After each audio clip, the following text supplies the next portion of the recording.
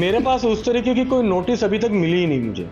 कल पत्रकारों द्वारा मेरे पास वो नोटिस भेजी गई जब वो आर्टिकल छप गया पेपर के अंदर कि इस तरीके की कोई नोटिस है। पहली बात तो ये है कि ये नोटिस जो है ये मीडिया में आना नहीं चाहिए था। मुझे यही तो बात मुझे जाननी है कि जो नोटिस 24 अक्टूबर को सर्व की गई है उस वक्त तो मैं टिकट मांग रहा था चांदीवली विधानसभा से। तो चांदीवली विधानसभा से टिकट मांगने की वजह से ये 24 तारीख को नोटिस रेडी कर दी गई थी क्या? मैं कांग्रेस पार्टी का कार्यकर्ता हूँ, मैं राहुल गांधी का सिपाही हूँ, मैं किसी प्राइवेट लिमिटेड कंपनी का ना कार्यकर्ता हूँ ना सिपाही हूँ। मुंबई महानगरपालिकेच्या निवडणुका कोणत्याही क्षणी लागू शकतात, 2 महिन्यात, 3 महिन्यात, 4 महिन्यात किंवा 6 महिन्यात. पण काँग्रेसमधलं जे गढूळ वातावरण झालं ते काही थांबायला तयार नाहीये. बंटी शेळके यांनी नागपूरमध्ये असलेल्या जागेवरून आरोप केले की नाना पटोले हे RSSचे हस्तक आहेत. दुसरीकडे पृथ्वीराज पाटील यांनी थेट विशाल पाटील खासदार यांच्यावर आरोप केले. आणि आता मुंबईत वाद सुरू आहे.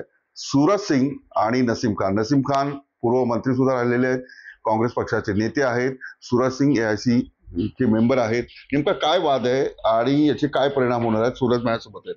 तुम्हाला एक नोटीस पाठवली होती, ती नोटीस काय आहे? मेरे पास उस तरीके की कोई नोटिस अभी तक मिली ही नहीं मुझे। कल पत्रकारों द्वारा मेरे पास वो नोटिस भेजी गई जब वो आर्टिकल छप गया पेपर के अंदर कि इस तरीके की कोई नोटिस है। पहली बात तो ये है कि ये नोटिस जो है ये मीडिया में आना नहीं चाहिए था। मीडिया में आया, ये सबसे गलत काम हुआ है। पार्टी की इंटरनल बात इंटरनल होनी चाहिए थी, पार्टी के भीतर की बात थी। तो मीडिया में कैसे आई?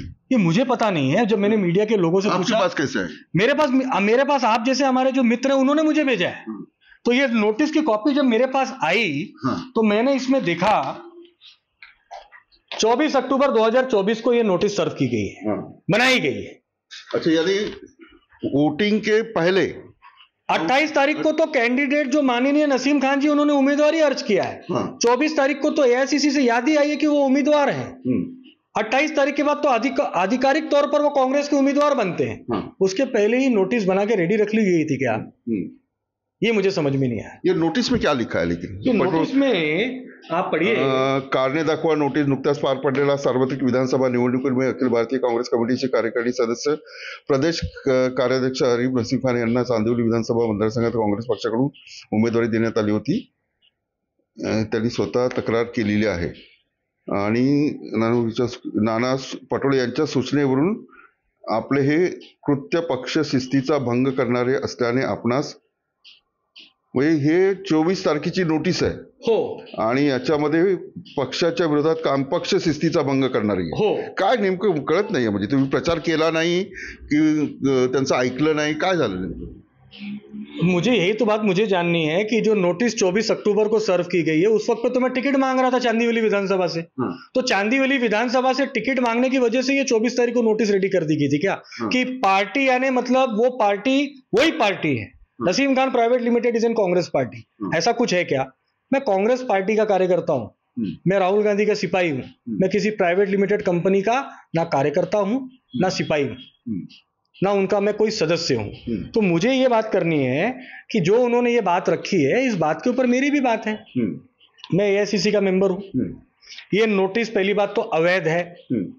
प्रदेश कांग्रेस ने भेजा, प्रदेश कांग्रेस के नाना गवंडे जी ने लेटर भेजा है। ओके. तो ये जो लेटर है वो PCC के पदाधिकारी को भेज सकते हैं, बट AICC के मेंबर को कांग्रेस का संविधान कॉन्स्टिट्यूशन कहता है कि AICC member of the AICC and member of the parliament in whose case can be only make recommendation to the working committee for disciplinary action.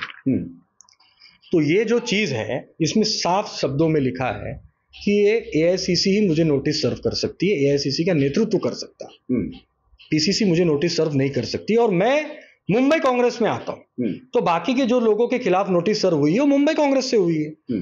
तो इन स्पेशल केस में चांदीवली विधानसभा मुंबई कांग्रेस में आती है, वहां का जो ब्लॉक अध्यक्ष है उसकी अध्यक्षा मुंबई कांग्रेस की अध्यक्षा है। लेकिन स्पेशली तो आपको क्यों चुना नोटिस देने के लिए? मुझे ऐसा लगता है प्यार कैसे आया नसीम खान जी को मुझसे बहुत प्यार है, इसलिए उन्होंने जो लेटर है ये मीडिया में भी दे दिया। मुझे ऐसा लग रहा है कि नसीम खान जी इतने बड़े नेता हैं, मुझ जैसे छोटे कार्यकर्ता के बारे में लेटर लिखकर इस तरीके की चीज करना उनको शोभा नहीं देता। और उनके पास क्या प्रमाण है कि मैंने उनके खिलाफ काम किया? मैंने किसी का झंडा लेके कैंपेन किया है? मैंने किसी उम्मीदवार के साथ में बैठ के उसकी मीटिंग कराई है? मैंने क्या किया है? मैंने तो पार्टी ने जो मुझे जवाबदारी दी, 2-2 बार राहुल जी आए, उसकी सभा का ऑर्गेनाइजेशन, मीडिया का प्रेस कॉन्फ्रेंस के अंदर वो करना, ऑर्गेनाइजिंग टीम में रहना, वर्षा ताई ने जो जो मुझे काम दिया मैं करता आया। असलम भाई का मुझे फोन आया कि आपको मलाड में ये विधानसभा में उत्तर भारतीय बहुमूल्य क्षेत्र में काम करना है, मैंने वहां पे काम किया। अमीन पटेल जी का फोन आया, मैंने वहां काम किया। मैंने हर जितने हमारे उम्मीदवार थे मैंने वहां घूम घूम के मैंने काम किया है। मुझे ये खुद आश्चर्य, मुझे ये बात को लगा कि मैंने ऐसा क्या किया। चांदोली में काम करने के लिए बोला गया था। देखिए, चांदीवली में नसीम खान जी 4 बार के विधायक है, इतने बड़े नेता हैं, उन्होंने वहां पर खुद ही इतना अच्छा, उनके पास कार्यकर्ताओं की फौज है, इतनी टीम है कि उनकी वहां पे वो जरूरत ही नहीं थी किसी को काम करने की। तो हम लोग जो विधानसभा कमजोर थी, हम लोग वहां काम कर रहे थे। और वहां पर भी विधानसभा में, इनकी विधानसभा में भी जो मेरी सोसाइटी है, वहां पे इनके जो पदाधिकारी है उन्होंने आके मीटिंग ली, जहां का मैं मेंबर हूं, और मैंने मीटिंग ऑर्गेनाइज कराने में मेरे घर के लोगों ने उनको मदद की। और मैं क्या कर सकता हूँ? मैं छोटा कार्यकर्ता हूँ ना, वो बड़े नेता है। ये पार्टी के खिलाफ काम किया है कि ये चांदोली की हार कैसे हुई? देखिए, ऐसा है, मुंबई में इतनी सारी सीटें जो लोकसभा में, अच्छा ये था, नसीम खान जी का प्राइवेट लिमिटेड कंपनी का एक ही कहना होता है, जो उनकी प्राइवेट लिमिटेड के जो संस्थापक है, अगर आप हिंदू हो और उनके प्राइवेट लिमिटेड कंपनी का हिस्सा नहीं हो तो आप आरएसएस के आदमी हो। अगर आप मुस्लिम हो, अगर आप उनके प्राइवेट लिमिटेड कंपनी के हिस्सा नहीं हो तो आप एमआईएम के एजेंट हो। तो ये जो उनकी विचारधारा है ना, ये उनकी सोच है, ये सोच को उनको बदली करनी पड़ेगी। उनको सभी को लेके चलना पड़ेगा, और जो आज तक वो लेके चले नहीं है, ये उनकी कमी रही है।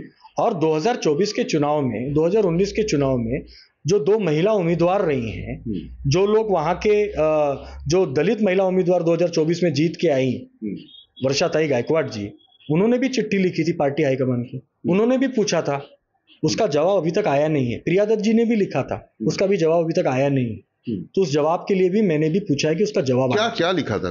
वो आपको बेटर वही बता सकते। नसीम खान ने पार्टी इन दोनों के खिलाफ काम किया था। अब उन्होंने क्या काम किया था, क्या नहीं किया था इन्होंने, वो आपको कैंडिडेट ज्यादा बता सकती है। लेकिन मुझे इतना पता है, नॉमिनेशन के बाद से लेकर 15-17 दिन तक जो है, मैं चांदीवली का कैंपेन वर्षा ताई का देख रहा था, तब तक नसीम खान जी उतरे नहीं थे कैंपेन करने के लिए, ये मुझे पता है। जो लीड था वो मिला नहीं, 4-5 हजार का लीड था सिर्फ, जहां पे हम 20 हजार का मिलना चाहिए था, 20 हजार का लीड ले सकते थे। अभी तो चांदीवली हार गए।